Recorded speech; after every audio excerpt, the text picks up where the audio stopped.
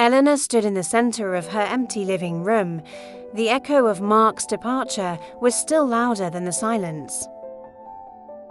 He had taken the furniture, the savings, and 15 years of shared dreams, but he couldn't take the breath in her lungs. The first week was a blur of cold tea and legal notices. She felt like a glass sculpture shattered on a stone floor. She looked at her hands. They were trembling, but they were hers. For the first time, she didn't have to hold Mark's world together. The betrayal was a sharp blade, but she realized it had cut the ties that had kept her small and compliant. She sold her wedding ring, a diamond that felt like a weight, and bought a ticket to the unknown. The house was sold. The empire was gone. She was 45, childless, and theoretically had nothing. But as she closed the door for the last time, she felt a strange, terrifying spark of curiosity. Who was Eleanor without Mark? She didn't need a husband to be a woman. She didn't need children to be a mother to her own future. The rebuilding wouldn't happen in this house. It would happen in the spaces between the borders of the world. London's rain was a baptism. She walked through the grey mist of South Bank, her footsteps finally belonging to her. She found a job in a small, dusty bookstore. The smell of old paper and ink was more comforting than any luxury she'd known. She spent her evenings in a tiny studio apartment, learning to cook for one. The soup was simple, but it tasted like victory. She realized she had spent years feeding Mark's ego while her own spirit went hungry. One morning, she woke up and didn't immediately reach for her phone to check his messages. The silence was becoming peaceful. She started a savings account, a few pounds a week. It wasn't an empire, but it was a foundation. The betrayal hadn't left her with nothing. It had left her with a blank canvas, and she was finally ready to paint. She met a woman at the park who had lost everything in a fire. They didn't talk about loss. They talked about the smell of new wood. Eleanor learned that resilience wasn't about bouncing back to who you were. It was about becoming someone who couldn't be broken the same way. She wasn't chasing Mark's ghost anymore.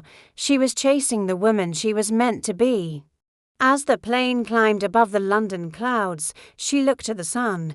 It was the same sun, but she was seeing it through new eyes. In Paris, she learned that beauty wasn't a luxury. It was a necessity for the soul. She spent hours in the Louvre. She wasn't looking at the grand battles. She was looking at the small, quiet portraits of women who had survived history. She met Clara, an old friend who didn't recognize the fierce, quiet woman Eleanor had become. They sat by the Seine, and Eleanor didn't cry when she told the story. The words had lost their power to wound. "He left you with nothing, Eleanor," Clara said. Eleanor shook her head. "No, he left me with everything I actually needed." She spent a whole afternoon sitting in a cafe, doing absolutely nothing, and she didn't feel guilty about it. Mark had always demanded her time. Now, time was a gift she gave to herself.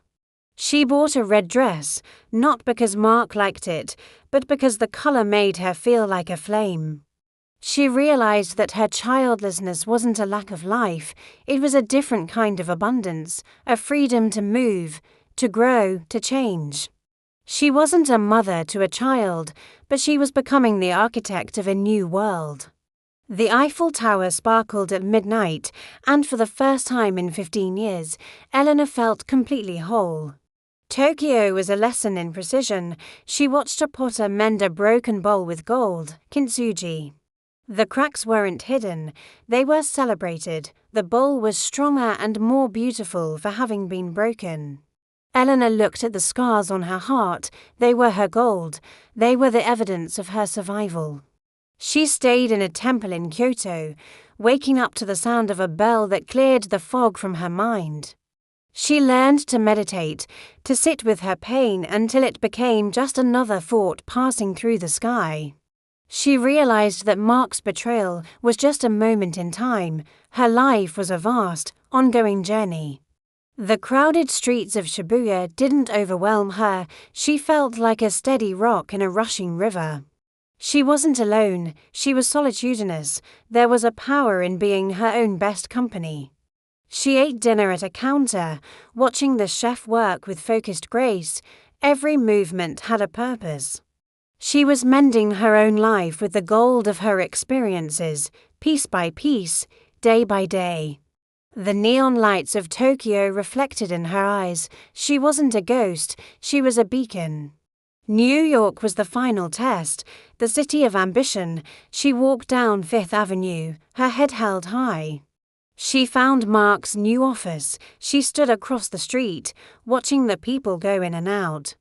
She saw him for a split second through a glass window. He looked exactly the same, busy, driven, empty. She didn't feel anger, she didn't feel longing. She felt a profound sense of relief that she was no longer in that room. The life he had stolen was a life she no longer wanted. It was a gilded cage, and he had done her the favor of opening it. She walked into a gallery in Chelsea and saw her own reflection in a mirror. She looked vibrant, she looked real. She realized that the nothing he left her with was the most valuable gift she'd ever received. It was the space to breathe, the space to dream, the space to be Eleanor.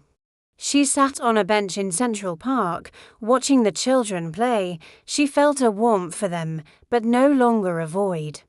She had birthed a new version of herself, and she was a mother to a life that was finally worth living. The skyscrapers of Manhattan didn't dwarf her. She felt as tall as any of them. Bali was the homecoming, a place where the earth and the sea met in a perfect, peaceful line. She woke up to the sound of the jungle, the air thick with the scent of jasmine and rain. She spent her days writing the story of her rebuilding, not a tragedy, but a triumph. She learned that betrayal was just the fire that burned away the dross. What remained was pure gold. She sat on the sand at sunset, the horizon stretching out forever. It was a mirror of her own potential. She was 45, childless, and had a small savings account, but she felt like the richest woman in the world. She had traveled the globe and found that the most important destination was the one she carried inside. The silence was no longer heavy, it was full of music, it was full of light. She looked to the ocean and whispered a thank you, not to Mark, but to the journey that brought her here. She was Eleanor, she was a survivor, she was an explorer, she was finally, truly free. The sun dipped below the waves, leaving a trail of fire. Eleanor smiled. Her life was just beginning.